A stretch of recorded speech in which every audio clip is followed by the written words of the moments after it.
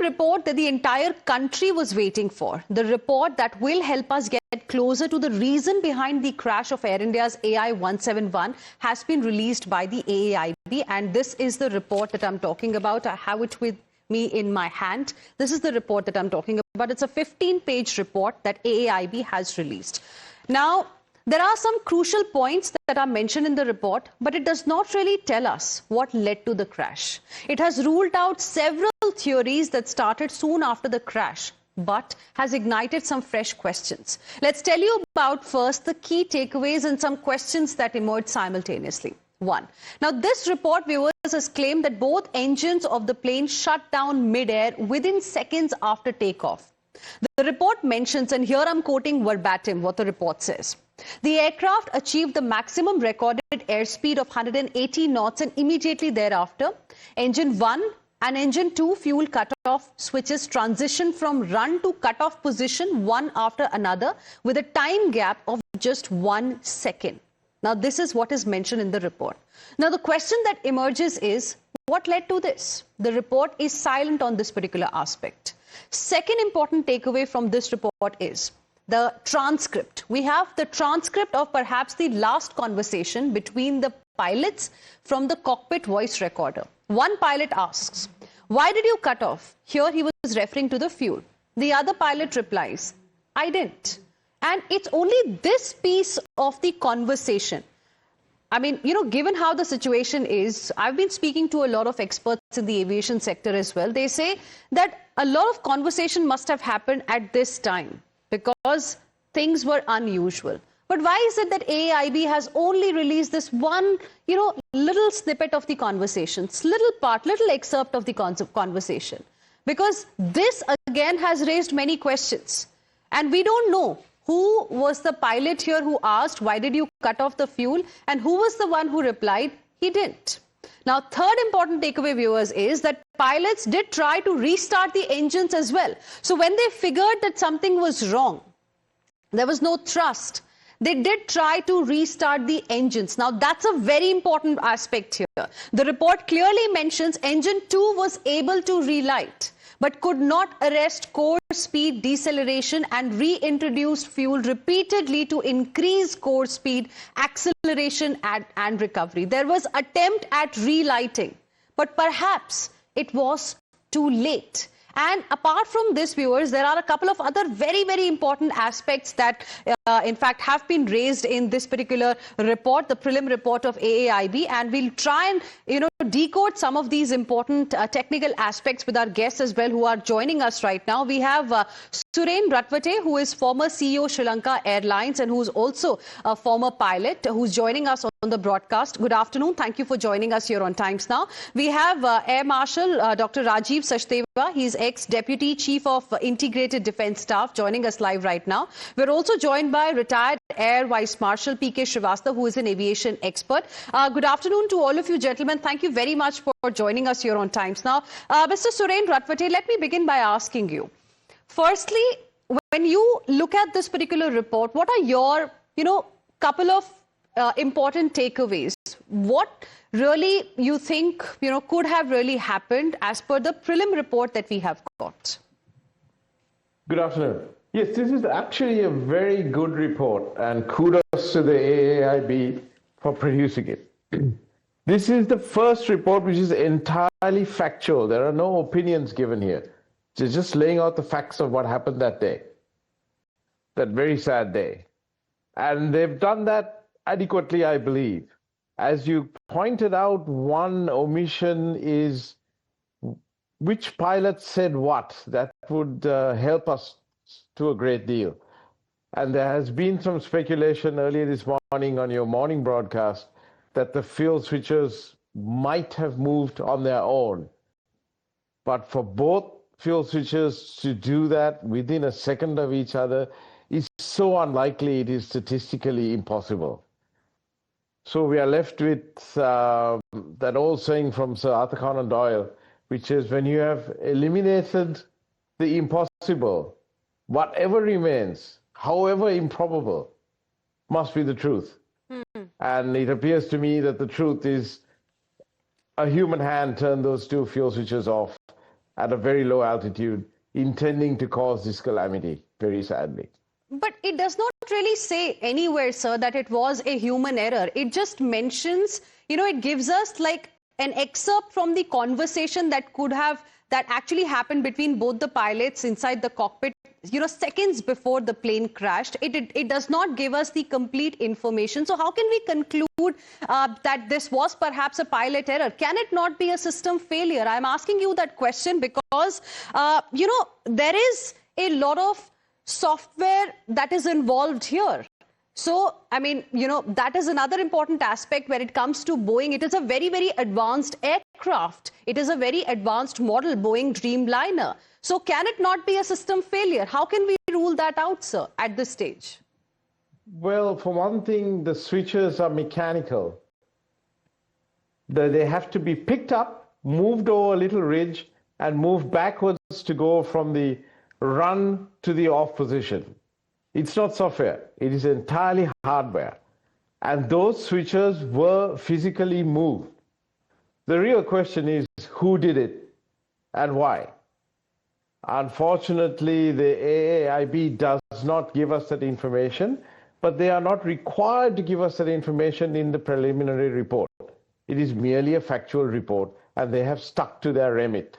So I applaud them for that. Okay. Unfortunately, what will happen is there will be all this speculation, and I'm sure they know the answers. The investigative panel by now have reached a conclusion, but they have chosen not to share it with us at this time. Okay. Air Vice Marshal P.K. Srivastava, what is your assessment? Do you agree with what Mr. Ratwate has said?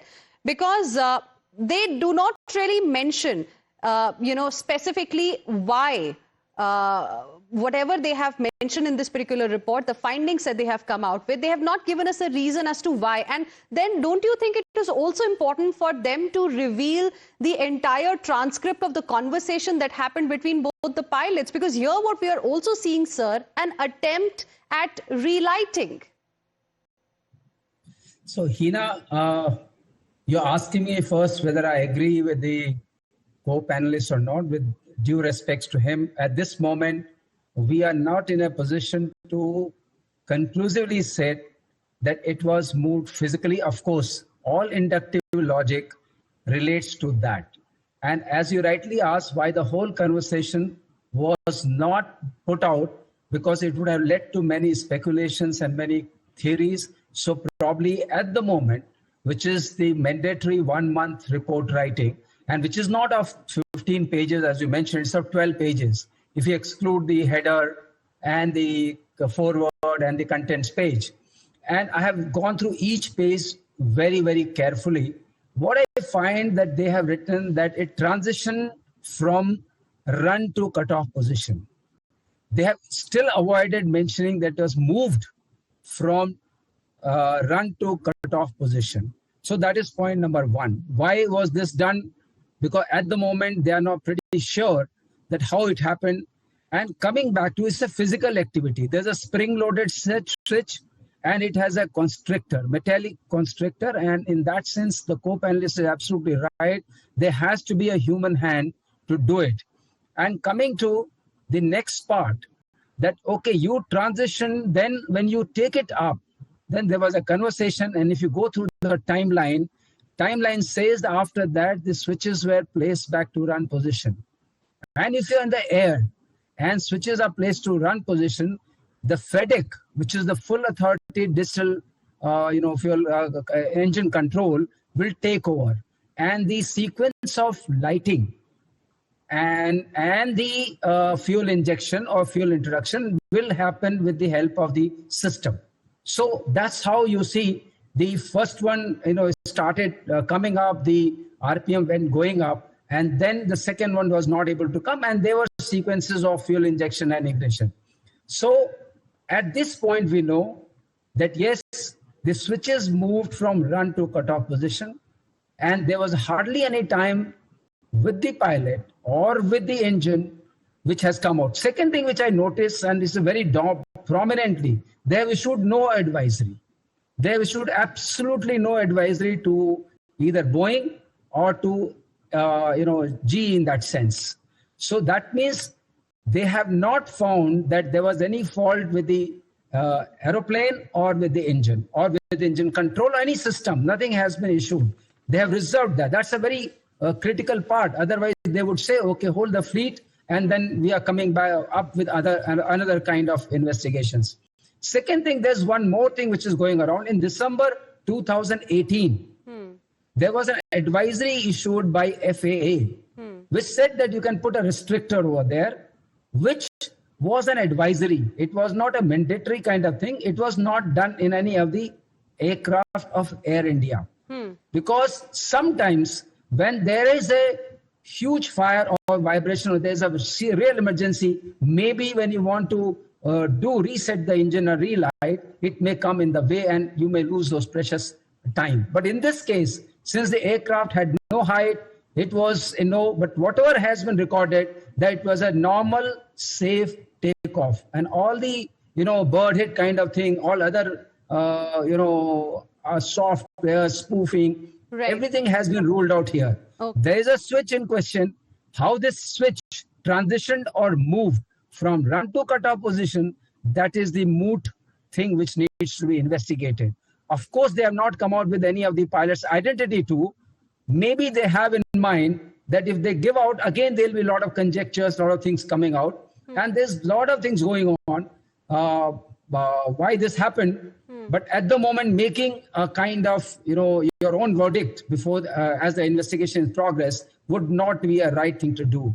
So I'll definitely refrain from that. But yes, what is in the public domain, this is it. It was a normal, safe takeoff, and it went into this kind of tragedy because of this action. Right. And what led to that action? What led to switches moving from run to cutoff position? Now, we don't have an answer to that question. And of course, we'll have to wait for more details to really emerge.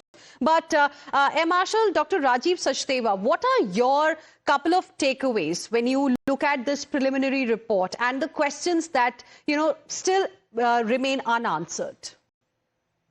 Everybody, first of all, I would like to tell all of you that there are three macro parts of any investigation. The first part is what happened. The second part is why it happened. And third part of the investigation is recommendations to avoid the recurrence. Now, this is a what report which has come out. We're talking about 12 to 15 pages of what report. The investigating team has already gathered about 15,000 pages. And we're talking about 15 pages of report which has come out. So they have already reached or are actually leading towards why all this has happened. Now, my takeaway in this report which I've read and the sequence which I find has happened is, first of all, the fuel is cut off on its own by human beings, by moving of the switches, not known. That why report will tell you. Engines switched off. RAT came out, which comes out when the engines switch off, and they actually power the hydraulics and the electrics. That has kicked in. Both the throttle levers are brought to idle. The APU has initiated because the left cutoff switch has been flicked. Then the APU has cut in. The left engine has picked up.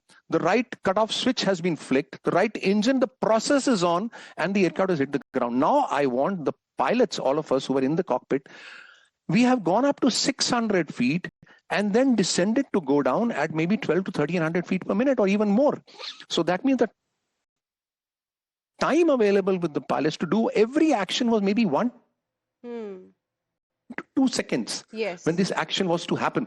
If you put yourself in the cockpit, see that this is happening, it's too difficult. If somebody has to go physically lift those switches up below the throttle, the thrust levers and put them to off position, he has to do it one by one. Yes. If it's using only the one hand. If the co-pilot is done it in the left hand and the captain is done it in the right hand. He has to do it one by one, or if he has to do both together, then he has to bring both the hands. If I'm moving both the hands to an unfamiliar place, the other pilot will notice it. Yes. So I really don't know how this has gone missed. And suddenly the question has come up is, have you cut off? That means both the engines have cut off. Otherwise, they would have gone into a single engine. And that's why, we are saying perhaps we need more details here. We need details of the transcript, the conversation that happened between both the pilots, why has AAIB only released this one excerpt? Because this has added to, more mystery around what really was going on. We have Parvez Damania, former Executive Director, KFA, and a very well-known aviation expert also joining us on the broadcast. Good afternoon, sir. What are your, thoughts when you look at this particular report? I am very confused. First of all, we're very thankful that the government has brought out the report within 30 days. The first 14 pages are just technical information, which is just basic stuff on all aspects. But the interesting thing is the first 14 pages are very clearly signifying that everything else was in order. The weather was in order, the checks were in order. The pilot pointed out certain flaws in Ahmedabad, which were cleared by the engineering. So the pilot accepted the aircraft without any flaws. All the other parameters were okay. There are details given of the background of the aircraft. There were details given of the background of the older checks carried on the aircraft. Right. There are pilots' details given in depth of their experience, their endorsements, everything, which completely states that all other parameters were absolutely normal. I must correct me if I'm wrong. Everything was clear. Okay, the protocol was followed, the checks were done, the breath analyzer was, everything was done. Now, what is completely confusing me, these people are very experienced people, which sane pilot or takeoff will switch off the fuel flow supply switch? I mean, another thing, it's not like your bathroom switch by mistake, you can touch it, it goes off and on. The switch is positioned in such a way that you have to deliberately lift the switch, move it in a direction and lock it for putting it off. This is normally done. I mean, I'm not an expert, but these people endorse. This is normally done at two times. One is when the aircraft comes to a halt and when engines are to be shut off, or God forbid in an emergency where an engine catches fire or some extreme condition in order to save the aircraft. Otherwise, there is no third reason for this switch to be used, and that during takeoff time. Now, another thing, they've said that when the plane wreckage was found, the position was an on switch. So the pilot put it off and then put it on. I mean, I don't understand the whole process. Well, why two experienced people, they were not only And there are two people here who are inside the cockpit. There are two pilots we're talking about. It's not that there's just one person who did something and then the other person got shocked and then asking. So, perhaps there is more that needs to really come out, and it can be a system failure as well. We don't know. We need more details. Of course, this is inconclusive. For now, I'm completely out of time, and I'd like to have you again on the show, all of you gentlemen. Right now, I'm completely out of time. Heading into a very, very short break. We'll be back with lots more. Stay with us.